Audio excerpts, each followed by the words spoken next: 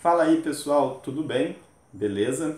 Bom galera, estou aqui gravando o vídeo como prometido para vocês. O vídeo tem a intenção de ajudar vocês, direcionar vocês para a prova, né, para nossa provinha de quarta-feira. Eu vou colocar esse vídeo no YouTube. Esse vídeo também vai estar acessível a partir do OneNote, então você entra no OneNote, clica no link que vai estar lá na aula especial que eu vou criar para isso e diretamente você já vai até o meu canal, tá ok? Bom, lembrando que esse vídeo não é uma aula, tá ok? Ele é apenas um direcionamento. Eu vou colocar aqui para vocês, também vou colocar no OneNote um esquema que eu fiz, que eu construí, um fluxo, né, um fluxograma para ajudar vocês a se perguntarem o que eu preciso saber para a prova, né? Então, esse é o nosso intuito, tá ok? Então vamos lá. A nossa prova, ela vai abranger ali 4 capítulos, né? Ela se estende por 4 capítulos. Os 2 primeiros capítulos que nós estudamos, sobre a Revolução e sobre os direitos, são capítulos conceituais, ou seja, eles vão nos dar uma ideia geral do que a gente vai encontrar pela frente. Então, no primeiro capítulo sobre Revolução, nós vimos o que era a Revolução, né? Vimos que a Revolução é um processo de mudança muito veloz, muito rápido, que ocorre numa sociedade e que altera essa sociedade por completo, tá ok? Aquilo que nós falamos, então, uma mudança política não é necessariamente uma revolução, mas se nós temos uma mudança política, econômica, cultural, social, aí nós podemos estar falando de uma revolução, como nós vimos no caso da Inglaterra, ok? Então essa é a questão da revolução, o que é. Agora, por que os indivíduos fazem revolução? Por que as pessoas lutam por mudanças? E aí entra o nosso próximo capítulo, o capítulo sobre direitos, tá ok? No nosso capítulo sobre direitos, nós vimos que a sociedade do antigo regime era uma sociedade de privilégios, né? Nós desenhamos aquela pirâmide e nessa pirâmide nós vimos que o clero e a nobreza, lembrando que o rei faz parte dessa nobreza, eles obtêm vários direitos, eles têm vários direitos que o último grupo, o chamado de terceiro estado, que é o povo, onde a burguesia também está inserida, não tem. Tá ok? Isso nós chamamos de sociedade de privilégios, porque um grupo tem direitos e outro grupo não tem direitos. Diferente do que a gente chama de sociedade de direito, onde todo mundo é igual, pelo menos na teoria, como é a nossa sociedade atual aqui no Brasil. Ok? Então, juntando esses dois elementos, nós começamos a perceber que as pessoas querem uma revolução, as pessoas querem uma mudança, porque elas não têm direitos. Tá ok? E tudo isso, então, essa ausência de direitos numa sociedade desigual, vai levar os indivíduos, que aqui no caso é a burguesia, tá? A lutar por seus direitos. Bom, a partir desse ponto, nós caímos aí nos 2 próximos capítulos. O capítulo sobre a Revolução Inglesa, ou as Revoluções Inglesas, e o capítulo sobre a Revolução Industrial. Vamos começar primeiro pela Revolução Inglesa.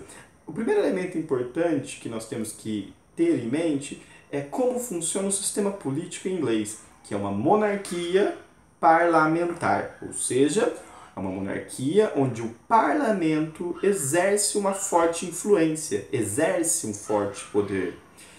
E nem sempre foi assim, né? Nós vimos que no passado, antes das revoluções, o que existia na Inglaterra era uma monarquia absolutista, uma monarquia onde o rei está acima de todos.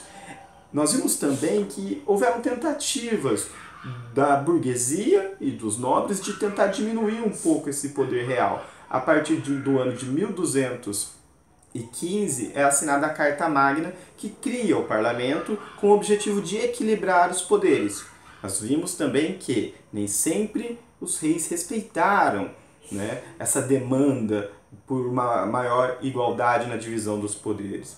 Vimos ali que a dinastia dos Tudors, né, principalmente na figura da rainha Elizabeth I, foi uma dinastia que soube administrar os conflitos com o parlamento. Porém, com a morte de Elizabeth, no ano de 1603, então aí no século XVII, nós temos a chegada ao poder da dinastia Stuart. Essa dinastia Stuart, ela vai ter como característica ser extremamente absolutista, o que vai levar ela a ter um conflito com o parlamento, principalmente na figura do rei Carlos I. O Carlos I, além de não respeitar o parlamento, ele manda fechar o parlamento. Então nós temos aí um problema político, né? O desrespeito que o rei, o monarca, tem em relação à Carta Magna. Nós também vamos encontrar aí um problema econômico. Qual é o problema econômico? O fato de que a burguesia deseja, por parte do governo, uma redução dos impostos e um maior incentivo para as atividades comerciais. Ok? E nós temos ainda um terceiro elemento, que é a perseguição religiosa. Nós vimos aí que o fato da coroa inglesa ser anglicana e o parlamento ser majoritariamente puritano vai gerar uma desavença no quesito religioso. Então nós temos três problemas: um político, um econômico e um religioso. Esses três elementos, quando somados, vão levar a uma guerra, chamada de Revolução Puritana. De um lado, Carlos I, do outro lado, o Oliver Cromwell. E aí, do embate entre esses dois, entre parlamento e monarquia, nós temos aí a chamada Revolução Puritana, que leva ao poder Oliver Cromwell, tá ok? Nós vimos que o governo de Oliver Cromwell é um governo que beneficia a burguesia na questão do comércio marítimo, mas após a morte de Oliver Cromwell, nós temos ali a retomada da monarquia na figura da dinastia Stuart, tá? Os filhos do Carlos I, que foi executado na Revolução Puritana, haviam fugido para a França e agora retornavam como rei. Bom, a característica principal dos dois filhos do Carlos I eram também ser absolutistas e ambos serem católicos. Então nós voltamos a ter dois problemas importantes: o absolutismo e a diferença religiosa. Vimos que essas diferenças religiosas vão levar novamente a um conflito, só que dessa vez o conflito é resolvido de uma forma diferente. O parlamento convida Guilherme de Orange, casado com a filha do rei Jaime II, convida ele, portanto, para assumir o poder, tomar o poder da Inglaterra. Ele aceita, ele invade a Inglaterra, o rei Jaime II foge, né, quando observa ali o tamanho do exército do Guilherme de Orange e também percebe que muitos dos seus generais não estão com ele, né, não vão lutar com ele, então ele foge. Como não houve derramamento de sangue, nós chamamos essa revolução de Revolução Gloriosa. Porém, né, o Guilherme de Orange, antes de conseguir assumir o trono, ele precisa assinar um documento chamado Bill of Rights. Tá? O Bill of Rights nada mais é do que um documento que reforça a Carta Magna de 1215, dizendo que a partir daquele momento todas as decisões importantes que são tomadas pelo governo devem ser aprovadas pelo parlamento, ou seja, o rei precisa de autorização do parlamento para tomar suas medidas. Então aqui temos um segundo motivo para que essa revolução seja chamada de gloriosa: o fato de que o maior beneficiário da Revolução Gloriosa foi a burguesia, que agora ela chega ao poder na figura do parlamento. A partir então da Revolução Gloriosa, que ocorreu em 1689, quem manda na Inglaterra é a burguesia. Ok? Então aqui são os elementos básicos da Revolução Inglesa para a gente pensar. Outro elemento importante é que eu chamo de Revolução Inglesa no singular duas revoluções, a puritana e a gloriosa. Por que eu faço isso? Porque as duas revoluções fazem parte do mesmo processo. Qual é o processo? O processo de ascensão da burguesia ao poder, o processo da burguesia chegar ao poder. Por isso, esses dois processos, que dão como resultado este único fato, pode ser resumido como Revolução Inglesa. Ok? Isso está acontecendo no século XVII. Quase um século depois, já no século XVIII, portanto, nós temos uma nova revolução na Inglaterra, a Revolução Industrial. Nós vemos que é importante se lembrar o que é modo de produção. tá ok? Aquele modo de produção que nós já definimos várias vezes nas aulas, que eu não vou definir aqui, exatamente para que vocês olhem, dêem uma olhada no OneNote, dêem uma olhada no caderno e busquem se lembrar disso, tá ok? Então, a partir do modo de produção, nós vimos ali que existem diferentes formas de exercer o trabalho artesanal, o trabalho manufaturado e o trabalho maquinofaturado. Esses três jeitos de produzir bens para a sociedade vão se diferenciar no seguinte: o artesanal, não há divisão do trabalho, então você tem um único indivíduo que domina todo o processo de produção, tá ok? E o trabalho é manual. No trabalho manufaturado, o que nós temos? Nós temos algumas ferramentas, tá ok? Mas o trabalho ainda é sobretudo manual, né? E a grande força de atuação é a força humana. E um outro detalhe importante, aqui já começa a ter divisão do trabalho. Já são definidas algumas funções diferenciadas para os indivíduos que estão ali naquela oficina trabalhando.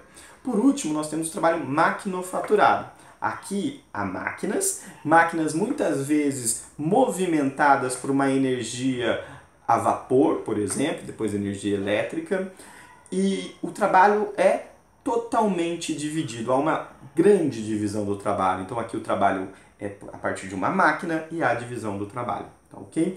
Vimos também que a Revolução Industrial ela tem consequências positivas e negativas. As positivas são os desenvolvimentos tecnológicos, por exemplo.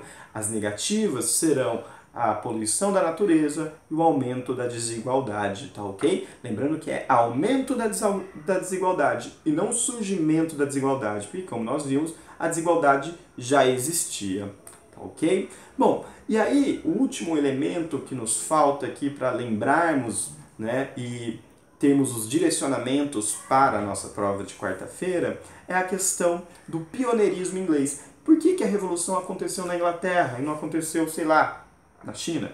Bom, aqui basta lembrar dos elementos que estão lá listados no OneNote e que talvez vocês tenham copiado para o caderno, mas caso não tenham, tá lá no OneNote, vá lá e dê uma olhada.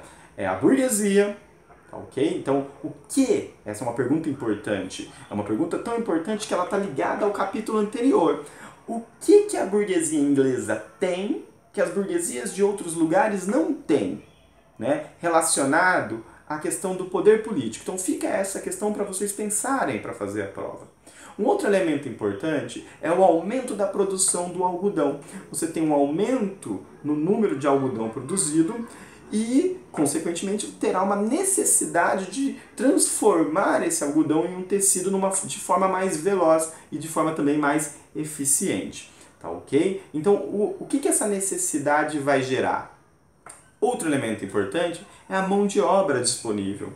Desde que começou a ocorrer o processo de cercamento, que nós comentamos em aula lá, de vender terras, expulsar a população dessas terras, essa população migrando para a cidade e não encontrando o que fazer, desempregada, portanto, o que nós teremos ali? Nós teremos essa mão de obra sem nada para fazer, uma mão de obra ociosa, ou seja, desempregados. Desempregados esses que, por não terem opções, aceitarão o trabalho na indústria, tá? Lembrando que é um trabalho, como nós veremos no próximo capítulo que estudaremos, um trabalho que será extremamente amplo, cansativo, né? Então que exige uma energia muito grande desse trabalhador e muito pouco remunerado. Tá, ok? Então esse é o terceiro elemento. Outro elemento importante são as jazidas ou as minas de carvão e de ferro que existem na Inglaterra. Quer dizer, a matéria-prima para se fazer a Revolução Industrial, que é o carvão, que é o combustível da máquina a vapor, e o ferro que vai compor essas ferramentas, existem em abundância na Inglaterra. Ou seja, ela não vai precisar buscar isso em outros lugares, ela tem ali uma reserva muito grande. Isso facilita. Tá ok? E, por último, que vai compor junto com o ferro e com o carvão a base da revolução, é o próprio desenvolvimento da máquina a vapor. Né? O grande motor da Revolução Industrial é a máquina a vapor.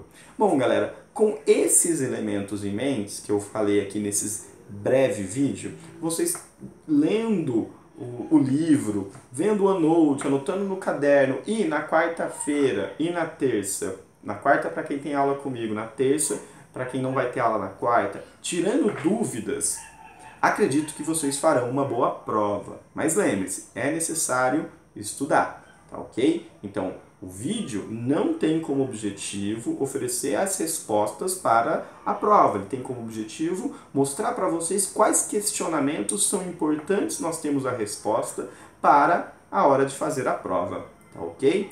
Então, eu vou ficando por aqui. Foi o primeiro vídeo, esse vídeo ficou um pouco amador, mas eu dei um problema na câmera do meu notebook, então eu não consegui produzir um vídeo mais legalzinho, eu tive que fazer aqui com o tablet, e isso acabou deixando o vídeo bem amador, bem artesanal, né, bem caseiro, e os próximos vídeos serão mais legais. Acessem então o OneNote, lá vai ter uma aba com esse vídeo e com o fluxograma que eu produzi para vocês. Até mais e um abraço para vocês.